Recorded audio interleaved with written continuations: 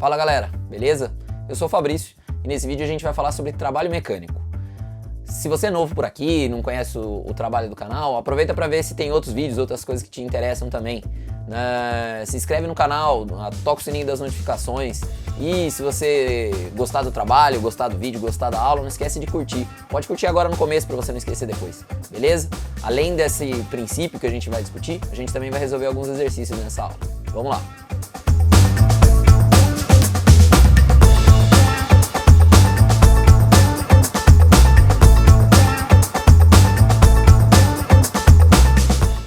Então, gente, trabalho mecânico é a quantidade de força efetivamente transformada em movimento num processo. O foco, aquilo que a gente está levando em consideração, é a movimentação. Mas a gente tem que pensar tanto na força quanto no deslocamento como vetores. E a ideia é que, se a força tiver a mesma direção do deslocamento, toda a quantidade de força se converte em trabalho, mas pode ser positivo ou negativo, dependendo do tipo. Agora, se a direção da força não for exatamente a mesma direção do deslocamento, apenas parte da força se converterá em movimento. E aí a gente precisa descobrir qual é a parcela da força que de fato se converte nesse deslocamento que a gente está observando. Se a força for de intensidade constante, ou seja, se durante todo o deslocamento você tiver uma única força, para calcular o trabalho a equação é simples. Trabalho igual a força vezes deslocamento vezes cosseno do ângulo entre o vetor força e o vetor deslocamento. Se a força for de intensidade variável, aí, ao invés de você ter que calcular vários pequenos trabalhos para cada força diferente que você tiver no processo, a melhor solução é calcular a área que fica entre a curva de um gráfico de força por deslocamento e seu eixo horizontal. Nesse formato, você precisa de uma coisa importante, saber a fórmula da área das figuras geométricas, já que você vai lidar com figuras representadas no gráfico. Então você pode precisar da área do retângulo, da área do quadrado, da área do triângulo, da área do círculo ou do trapézio, de acordo com o tipo de gráfico que for apresentado. Então, gente, agora vamos começar os exercícios. A gente vai fazer desse jeito. Eu vou colocar para vocês aí na tela o exercício para que vocês possam ver qual é o assunto que a gente vai resolver daqui a pouco. E se você quiser tentar resolver antes de ver a solução, você pode pausar o vídeo na hora que ele aparecer, ele vai ficar 1, 2 segundos no máximo, e aí a gente já vai mostrar a resolução do exercício. Então a gente vai fazer 2 exercícios desse assunto. Agora vamos para o primeiro.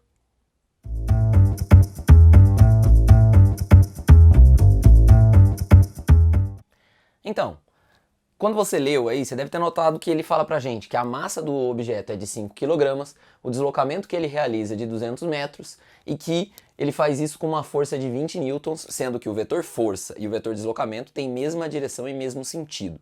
Aí tem algumas coisas que você precisa perceber. A primeira é que essa massa não tem utilidade nenhuma. Essa massa não vai aparecer no exercício, já que você já tem a força e o deslocamento. Isso acontece às vezes, o autor coloca uma informação extra que poderia ser usada para alguma finalidade, ou se o exercício fosse aumentado, perguntasse mais informações, mas por algum motivo ele mudou de ideia. Então a gente, quando lê o exercício, tem que avaliar dos dados que você tem, quais vão ser úteis, porque às vezes tem informação ali que é uma informação extra, você não vai precisar naquele problema. Eu até deixei selecionado aí para vocês para chamar a atenção de que na hora que você fizesse a cópia dos dados, você ia perceber que esses 5 kg ficou sobrando, tá? Além disso, ele te dá uma informação implícita. Quando ele fala que os vetores força e deslocamento têm mesma direção e mesmo sentido, ele está dizendo indiretamente que o ângulo entre eles é 0. Cosseno de 0 graus vale 1. E isso vai fazer diferença na hora da gente substituir na equação do trabalho.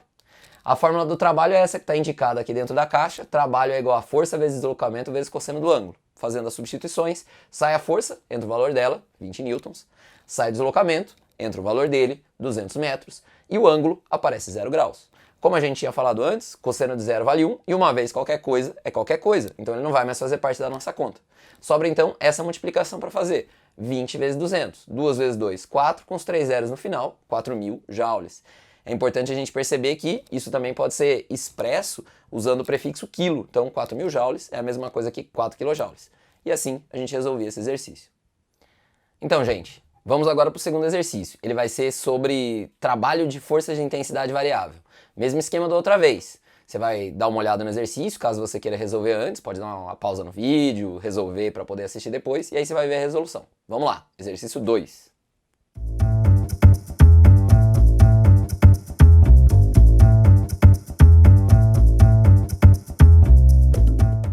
gente, nesse exercício, a gente tinha trabalho de forças de intensidade variável. Então você tinha que verificar que, pelo fato da força ficar mudando, a melhor forma de resolver era calcular a área que fica entre a curva do gráfico e o eixo horizontal dele. Como a figura que a gente encontrou é a figura de um triângulo, então a área vai ser a área de um triângulo. Por isso, base vezes altura dividido por 2. A base desse triângulo é a distância desde o início do gráfico até o ponto final, nesse caso, 1 metro. E a altura é desde o ponto de mínimo, que é o 0, até o ponto máximo do triângulo, nesse caso 10 newtons. Então vai ficar 1 metro vezes 10 newtons dividido por 2, 1 vezes 10, 10 dividido por 2, 5. Então era uma conta bem fácil, só que o que pode acontecer de diferente é ser outra figura. Portanto, não se esqueça, para você resolver exercícios de forças de intensidade variável, você precisa saber a fórmula das áreas das figuras geométricas que estiverem aparecendo nos gráficos dos exercícios. Beleza? É isso, gente.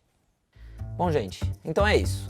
Espero que vocês tenham gostado, que tenha sido o suficiente para vocês já terem uma ideia melhor de como funciona esse conceito. Se você tiver alguma dúvida, se você quiser perguntar alguma coisa, deixa aqui embaixo nos comentários.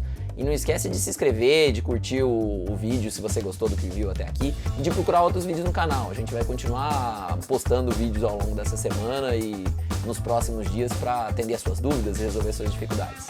É isso, gente. Obrigado. Tchau.